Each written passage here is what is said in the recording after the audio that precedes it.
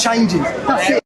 A wave of unrest erupted in the heart of London Downing Street yesterday as British patriots took to Downing Street to voice their concerns over rising immigration levels, insecurity and the spread of Islamic extremism in Britain, and the perceived failure of authorities to address public safety concerns.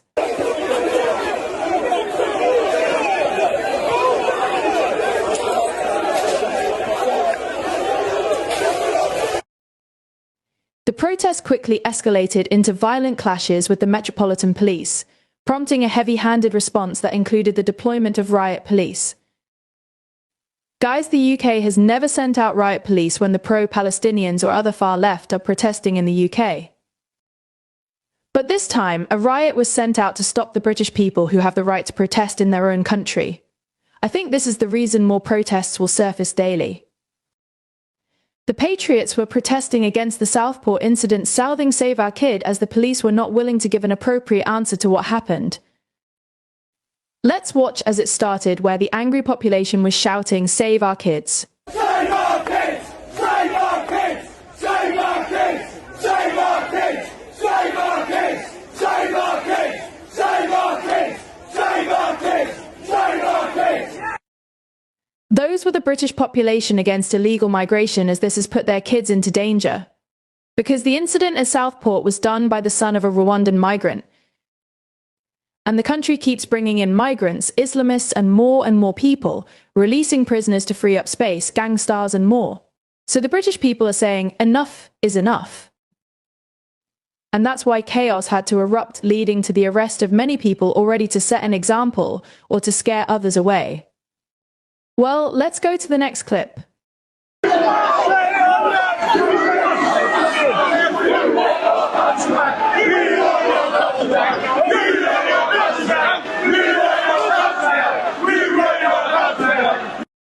Now, you can hear the British patriots chanting, "You let our country down, we want our country back." During this protest, the GB News presenter Martin was also arrested by the Med Police and was later released.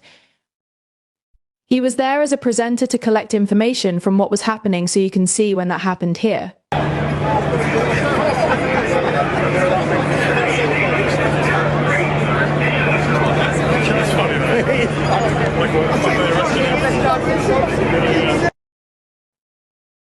So now you can see that, before the British people even think of protesting, the UK sends out all types of police to stop rioting. They sent out the Med Police in their numbers as usual, and the riot police as well, whereas when others are protesting, nothing's been done. The demonstrators, united under the banner of "Save Our Kids," were galvanized by a recent incident in Southport involving the son of a Rwandan migrant. The specific details of this incident remain shrouded in mystery, as the police have been reluctant to provide a comprehensive explanation. This lack of transparency has fueled public anger and mistrust, creating a fertile ground for anti-immigration sentiment to flourish. Chants of "Save Our Kids" echoed through the streets as protesters expressed their fears about the impact of mass immigration on their communities. They argue that the influx of migrants, including Islamists, criminals, and gang members, has led to a surge in crime and a decline in public safety. The government's decision to release prisoners to accommodate the growing migrant population has further exacerbated these concerns. The heavy-handed police response to the protest has only served to inflame tensions and galvanize the anti-immigration movement. The arrest of a GB News presenter, Martin, while he was covering the event, has raised questions about the government's commitment to freedom of the press.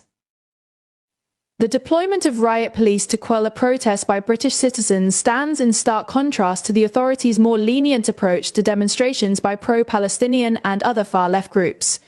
This perceived double standard has fueled accusations of bias and discrimination.